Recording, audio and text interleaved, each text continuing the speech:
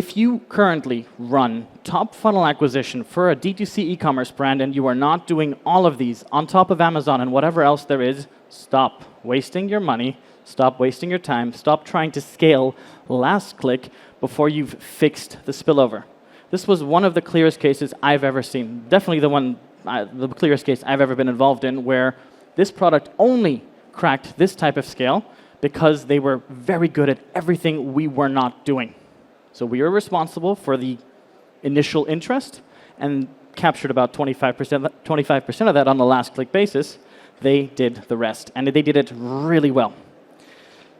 So let's look at a smaller case where I can actually show you a bit more, because in this case, I wasn't really able to tell you the brand, the product, the niche. We had a case from last month.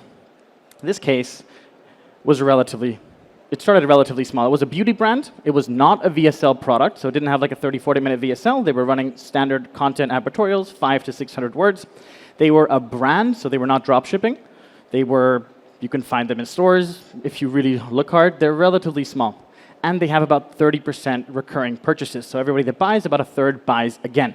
They're running in DACH, so Germany, Switzerland, and Austria. Again, we always test landing pages. We test offer pages. We iterate and scale. Once we hit performance, we were semi-profitable when we started scaling, but it wasn't really satisfying. I thought there's something wrong with conversion rates. So my team started to dig. And what we did was what a lot of people don't do, including myself, by the way, up until recently, really dig into conversion rate. What is stopping people from buying? What is wrong with the product page? What is wrong with the pricing? What is wrong with the bundles? What is wrong with the reason my conversion rate is low? Shopify is great, and I tell everybody, if you're running Shopify, good for you, you're not doing a lot wrong, but the product pages aren't amazing. So what we did, and what I'll show you the results of this in a second, blew me away.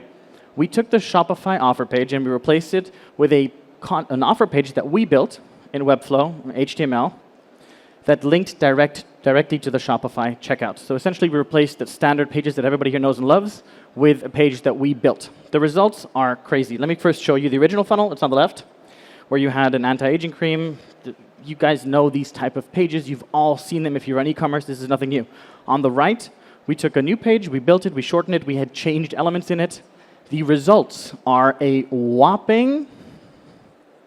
I don't have the results here. It's next. I'm so sorry. I'll show you them in a second. What we did here, we put a ton of trust elements on the page. We had literally everything we could find. Seen on, trust labels, whatnot. I'll show you the results in a second. I'm sorry for teasing you there. We had a lot of urgency. There is a limit to what you can do here. You can't say there's one unit remaining, buy it in the next 5 seconds or someone else is going to buy it. Taboola doesn't like that, and they'll ban you.